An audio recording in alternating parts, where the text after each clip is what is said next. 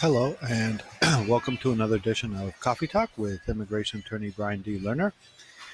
In this particular episode, I'd like to do another few minutes on the status of DACA and the possible renewal of DACA. As anyone on DACA knows, depending on the dates that your DACA had expired or will expire, you were able to, get another extension, which that's passed now. So if you didn't do it, it's too late. But if assuming you did it, you got a 2 year. And President Trump had originally, gone back and forth. He vacillated between whether to, recertify it or not. And ultimately, he ended up not, but then passed the ball to Congress. And then after, he had a meeting with top Democratic congressional persons, and the takeout from that meeting was that he really wanted to keep the, DACA going to get some legislative fix, and that he won't use the wall as a bargaining chip. They made that fairly clear. Well, as of yesterday, he came out with a list of immigration demands as to uh, what he expects in return for DACA. So, the non starter beginning is that he wants agreement to fund his big wall so that, all along the southern border, which, we won't get into it now, that wouldn't work anyways for the purpose that he is seeking. But he knew that that was a non-starter, yet because he needs to keep his base, he has decided he's going to list all these demands in order to sign off on any DACA, legislative DACA action, which, that's never going to happen. So, the issue then becomes whether or not there'll be enough Republicans to go along with the Democrats to, give some kind of legislative fix. And then if it's veto proof, the question is whether there'll be enough votes. So, given that I just gave that intro, you can fairly much assume that it's going to be a long shot for, any legislative fix on DACA. That's just the reality here.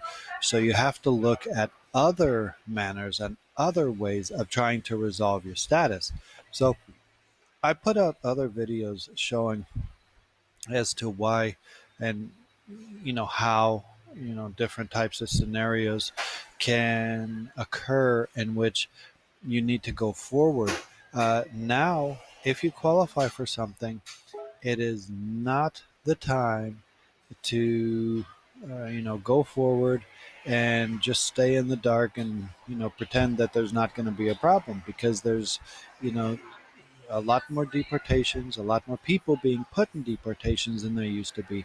So, whereas before we might have been a little more hesitant about going forward with a particular application that you qualify for, now it is in the interest of you and your family to move forward what you qualify for. So, in the last month or so, I've gotten a lot of people in my office with various situations that they do qualify for outside of DACA. And, the list can go on and on. Each case is different, but I thought I would give just some examples so that at least you can see that DACA is not the end. Because if it is the end, for your purposes, it's not. There's other things you can do. So let me just give some examples. So, someone came in and they were on DACA, which of course is going to expire, and they were a victim of crime in the past. Okay, they reported it and wanted to put it all behind them, but lo and behold, there's a visa for that. There's a visa they qualified for called the U visa, and then once it's all certified and applied for, and if it's approved, 3 years later they can get the green card. So that's one thing.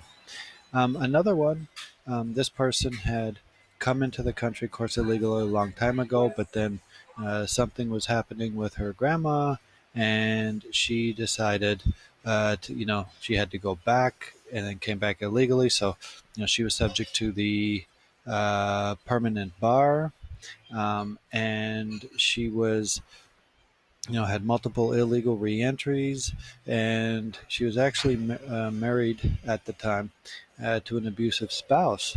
So she qualified for VAWA, the battered spouse petition. There was another that was on a the DACA as well, but that person had already applied for the perm, so we could go forward and do the I-140 petition and ultimately the adjustment of status. There was another that came, had changed to F1. And so they weren't subject to the 3 to 10 year bar even when DACA ends. So they can also do an employment based petition and then go forward and do consular processing without having to worry about a bar, from coming back in. There was another that qualified for consular processing through marriage and then had to do a provisional waiver.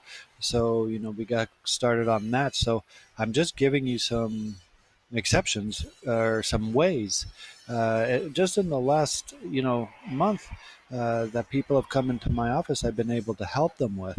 So don't think that you know don't put all your eggs in the DACA basket, okay? Because immigration law is much bigger than that, much more complex, and offers many more solutions. Okay, so if you like the video, click like, subscribe, and give my office a call. Be happy to give you a free consultation, and then we'll go from there. More in the coming videos.